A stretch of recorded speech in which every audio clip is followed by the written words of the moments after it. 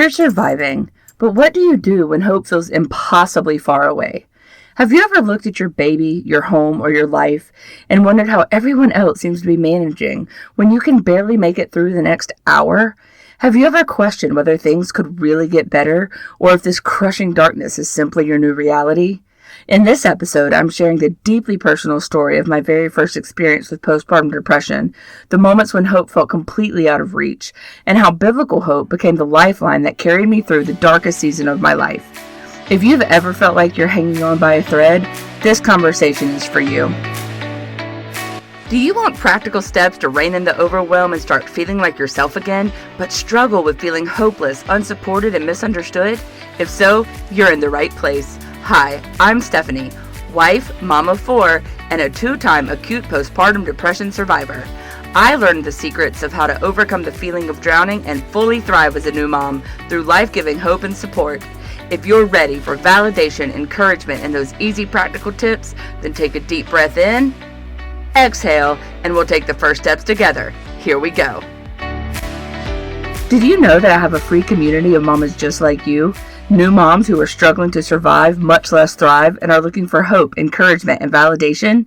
We share life together. There's a short weekly devotion, encouraging quotes, and so much more. There are even chances to win free coffee and prizes. Come over and join us at bit.ly/PPD support group. There was a moment during my first experience with postpartum depression that I still struggle to talk about. My daughter was just a few months old, and my husband and I were living overseas in Asia as missionaries. From the outside, our life looked meaningful and exciting. We were serving God, we had a beautiful baby, and we're doing exactly what we had always dreamed of doing and getting to do it all together. But behind closed doors, I was completely unraveling. Every morning I woke up with a sense of dread that I couldn't explain. The heaviness in my chest would literally hit me before my feet even touched the floor. I was exhausted, terrified, and overwhelmed by thoughts that didn't feel like my own. I remember sitting in that cream-colored IKEA chair in our apartment in our bedroom in the corner one afternoon, holding my baby when tears streamed down my face. I wasn't crying because something terrible had happened that day. I was crying because I genuinely couldn't imagine surviving the next week. I remember looking around the room and thinking, how did my life become this? I loved my daughter fiercely. I loved my family. But postpartum depression had convinced me that I was broken beyond repair. And maybe the hardest part was that I felt so ashamed. I was a Christian. At that point in life, I was a missionary, so I believed in God and still do. So why couldn't I just pray my way out of this? Why did I still feel afraid? And why did hope feel so far away? For a long time, I thought hope meant feeling better. I thought hope meant waking up one morning and suddenly feeling like myself again. But that isn't what biblical hope turned out to be for me, and my guess is it's not exactly what it's going to turn out to be for you either. Biblical hope wasn't a sudden burst of happiness or a guarantee that things would improve overnight, despite how much I wanted it to be. It was choosing to believe, sometimes minute by minute, that God was still present even when I couldn't feel Him. Especially when I couldn't feel Him. It was opening my Bible when I didn't have the energy to read more than one verse. It was whispering prayers that were nothing more than, God, please help me survive today. It was letting other people hold hope for me when I couldn't hold it myself. Because there were days when I truly couldn't see a future beyond all the pain. And yet somehow, God kept carrying me through moments I never thought I would survive. Looking back now, years later, I can honestly say that hope didn't instantly save me from postpartum depression, but hope kept me alive long enough to find healing. One of the cruelest lies postpartum depression tells us is that things will never change. It convinces us that our darkness will last forever, and that healing is for other people, not for us. But biblical hope offers something different.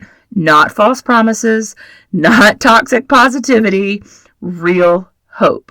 The kind of hope that anchors you when everything else feels like it's falling apart. Today, I want to share 3 truths about biblical hope that carried me through postpartum depression and that can carry you too. First, biblical hope is not pretending everything is fine. When we hear the word hope, many of us picture someone smiling through the pain and pretending they're okay. You know, that whole fake it till you make it. But scripture is filled with people who were honest about their suffering. David cried out in despair. Job questioned everything, and even Jesus wept. Biblical hope does not require you to deny your pain. It invites you to bring your pain directly to the foot of God. Maybe you've been telling everyone you're fine because you think good moms are supposed to have it together. Maybe you smile at church, answer text with, "We're doing great," and then cry in the shower because you feel like you're drowning. I've been there. You don't have to hide your struggle to have faith. Try replacing this thought, "If I had more faith, I wouldn't feel this way," with this thought, "I can have faith and still be hurting." Mama, God is not intimidated by your sadness, your fear, or your questions. Hallelujah for that. Number 2, hope sometimes means borrowing someone else's strength. This one was such a hard lesson for me to learn. And if I'm being quite honest, I didn't learn it the first or the second time around. It wasn't until we adopted our third son, Tucker, and I was going through PTSD from my former traumatic times with postpartum that this really hit home. But there are many days during postpartum depression when I simply could not find hope on my own. I needed people to remind me that healing was possible. I needed my husband to sit with me daily. I needed doctors, counselors, friends, and family to carry pieces of the burden that I couldn't. Postpartum depression isolates us, but healing often happens in community. When Hadley was born, when my mom told me she would pay for me to fly home and recover in North Carolina in my childhood home where I grew up, I immediately declined. Not because I don't love my mom or the house I grew up in, but because my fellow missionaries in China were like the sisters I never had. God had literally provided a loving, supporting, and uplifting community for me that would hold space for me even before I knew I would need it, like my life depended on it. Maybe you don't believe things will get better right now. Maybe every day feels exactly the same. That doesn't mean hope is gone. Sometimes hope sounds like, "My doctor believes I can get better," or "My friend keeps checking on me," or "My spouse refuses to give up on me." And sometimes those things are hard to accept, but sometimes using them as a mantra can make all the difference. Their belief can carry you until your own strength returns. Now, to outsiders listening to this podcast who love someone going through postpartum depression, these things may seem so trivial and almost even silly when you think of your spouse, friend, daughter, or sister who was a very strong and capable woman. But postpartum depression rips that away from us as well, and we are left with a shell of ourselves that even we struggle to recognize. It turns into getting through the next hour, much less the full day. So ask yourself, who can hold hope for me today? Text a friend, call your doctor, tell your spouse the truth, the whole truth, and nothing but the truth.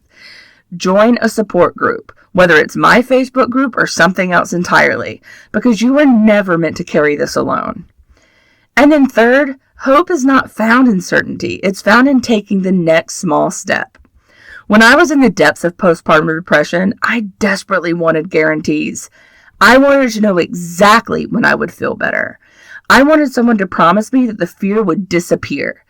But healing rarely works that way. Hope often looks much smaller than we expect. It looks like taking one tiny step when you can't see the whole path.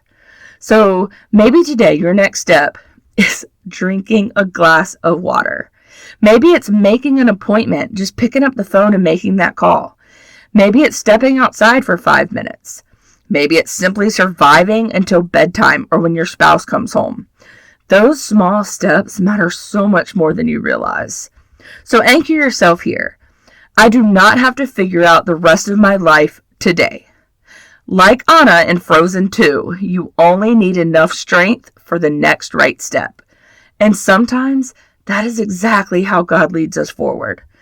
So biblical hope is not pretending everything is okay. You do not have to carry hope by yourself. Healing often begins with one small step. Faith and pain can coexist together. And even when you cannot see it, Mama, God is still working. If postpartum depression has convinced you that hope is gone, I want you to hear this. I understand what it feels like to believe that things will never get better. I know what it's like to sit in the darkness and wonder if anyone, even God, can reach you there. But I also know this. The woman who was sitting in that cream-colored IKEA chair all those years ago could never have imagined that one day she would be here talking to you. But healing did come, joy did return, and life became beautiful for me again. Not because I was strong enough, not because my faith was perfect, but because hope kept whispering, even on my darkest days, that this is not the end of your story. There is hope, Mama, and I am living proof of that.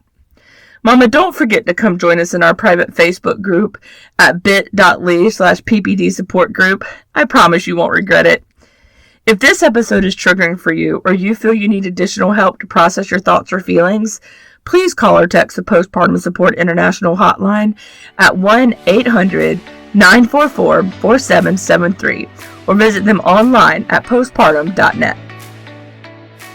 Hi, I hope you enjoyed today's episode of my mom's show. If so, would you take 30 seconds and share it with a mom friend who may be struggling to feel like herself and is in need of some encouragement today? Also, please leave a quick review for the show on Apple Podcasts. It blesses my mom's heart to know this podcast is helping you. Okay, time to go change a diaper and do the school run. I'll meet you back in a few days for another episode. Take care.